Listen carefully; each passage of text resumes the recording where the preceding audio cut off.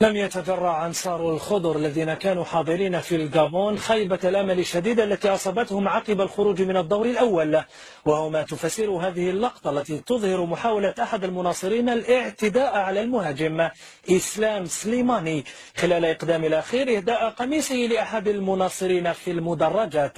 تابعوا هذه اللقطة.